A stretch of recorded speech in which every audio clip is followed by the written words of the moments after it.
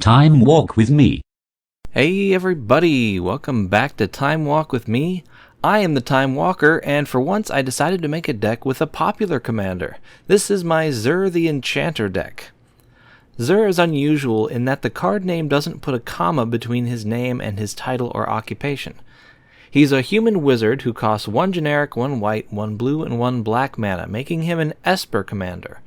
He is 1/4 and has flying, and whenever he attacks, you get to search your library for an enchantment card with mana value 3 or less, put it in the battlefield, or on the battlefield, I should say, and then shuffle your library. Considering that he's 3 colors, that means there are many ways you can play this commander. I chose a sort of variable approach. Some cards in the deck make him extremely cutthroat, while others aren't so bad. That way I can adjust my playstyle to match the mood of the pod. These are the cards that I plan to use in the worst case scenario, the game where I want to beat everyone as quickly as possible. Aqueous Form. This might not be necessary since Zur already has flying and that makes him hard to block, but if an opponent does manage to put out a flyer or a creature with reach, I can ensure that he still gets through. Phyresis. This is the only infect card in the deck, but with Zur it becomes an infect deck if I want it to be. All That Glitters. This gives Zur some much needed power, also toughness. Battle Mastery. Double Strike makes combat damage triggers happen twice. It also makes Zur's power have to be only 5 to take out an opponent with Phyresis. Timely Ward. You might want to get this on Zur right away because you will probably be seen as the threat as soon as people see what you're playing. Curiosity. This plus Battle Mastery is probably all the draw you'll need in the deck, but I did put in more just in case. Agent of Shadow Thieves, Face of Divinity, Sentinel's Eyes, and Daybreak Coronet. This deck has a rather large other section because its core didn't need to be very big thanks to Zur's fetch ability. We got Circle of Protection, black, green, and red. Normally it doesn't make sense to add Circles of Protection to EDH decks because the odds of drawing the one you need are very low, but in this deck you can get one whenever you need it. I included the colors that I think are the most focused on utilizing individual sources of large amounts of damage. Mine Worker, Power Plant Worker, and Tower Worker. It's the new Tron! Well, it's kind of a failed attempt at emulating Tron. When all 3 of these are out, they each do a lot more of what they do. Are all 3 of them likely to be out at once? Not without tutors, but I still decided to put them in here because why not? The Stasis Coffin and the One Ring. Both of these cards have one thing in common. They protect you from everything for a turn cycle. That might end up being very important if everyone decides to target you with player removal. Inspiring Refrain. This card has its critics, but I personally think it's pretty cool. It's a sorcery that casts itself repeatedly, giving you 2 cards every 3 turns. Elixir of Immortality. A determined opponent or coalition of opponents might just manage to take Zur off the board while he's heavily enchanted. This card shuffles itself and your graveyard into your library, enabling you to constantly recycle all of your key enchantments. Spirited Companion. Who's a good boy? Auramancer. A little bit of enchantment recursion could go a long way. Ith, High Arcanist, and Maze of Ith.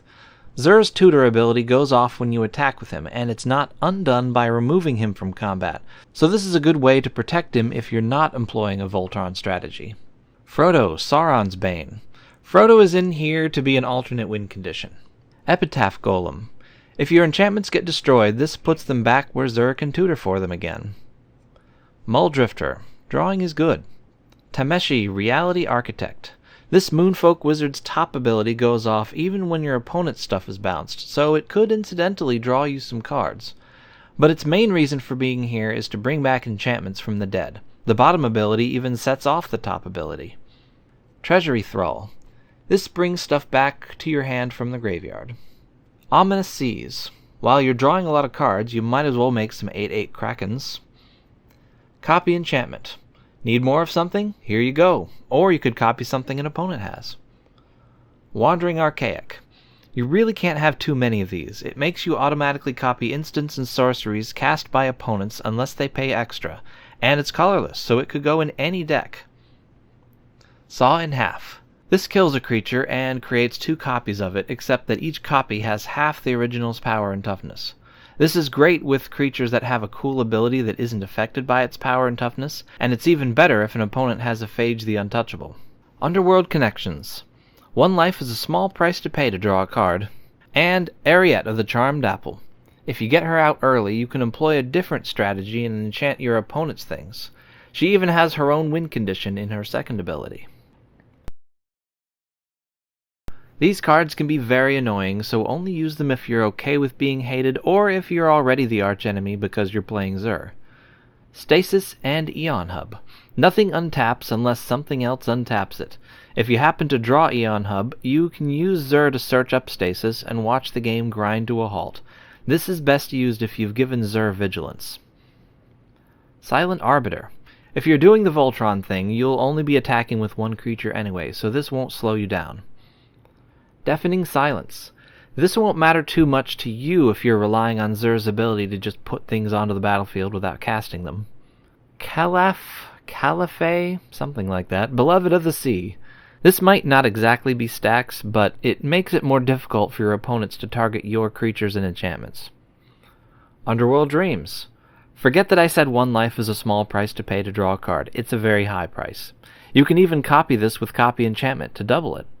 And Exchange of Words. This legal joke card switches 2 creatures' text boxes. It doesn't matter who controls them or who owns them. These are mean things you can do to your opponent's permanents so they stop threatening you. You might notice that they're all enchantments with mana value 3 or less. Frogify. Death Grip. Black almost never counters, so this card is a true oddity. It only hoses green, but that's a very popular color. Minimus Containment. Mystic Subdual. Bound in Gold. Reprobation. Makeshift Binding. And Pariah. If Zur is indestructible, you might want to put this on him. Otherwise, it's a good way of destroying a problem creature. Orazka Relic. Dimir Keyrune. Letter of Acceptance. Celestial Dawn. When Mirage first came out, this card blew everyone's minds. Now, not so much, but I still think it's a good way to color fix. Orzhov Keyrune. Shire Scarecrow. Wizard's Rockets. This fixes your colors once and draws you a card. Gravestone Strider. Magnifying Glass. Claim Jumper. When this rabbit mercenary enters the battlefield, while someone has more land than you, you get at least 1 plains from your library onto the battlefield. Tapped, I believe. If they have 2 or more, then you get 2. Treasure Dredger. This slowly converts your life into mana. Altar of the Pantheon. Sky Diamond. And Ticket Turbo Tubes. I don't think you'll need a ticket counter, but you never know. And your opponent's probably not likely to expect to see a Ticket Turbo Tubes come out, so they'll be like, oh, hey, wow, why are you playing that? I didn't have a strategy in mind for these, so I just put in 2 tap lands for every combination of 2 colors in the deck, along with some sacrifice lands, and 1 sort of triome land. I didn't want to put anything too great in, since I might decide to bring out Celestial Dawn and turn them all into plains. Swamps, Islands, and Plains. Oh my. Snowfield Sinkhole. Great Hall of Starnheim. Ice Tunnel. Myriad Landscape. Port of Carfell. Arcane Sanctum. Goldmire Bridge. Evolving Wilds. Terramorphic Expanse. Lonely Arroyo. Soured Springs. And Skybridge Towers. And that's it. That's my Zur the Enchanter deck. I hope you liked it.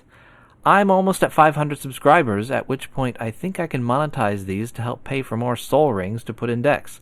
So if you're not already subscribed, I'd appreciate if you smashed that subscribe button. And I guess the like button and maybe the notification bell, I don't know. Don't think about it, just do it.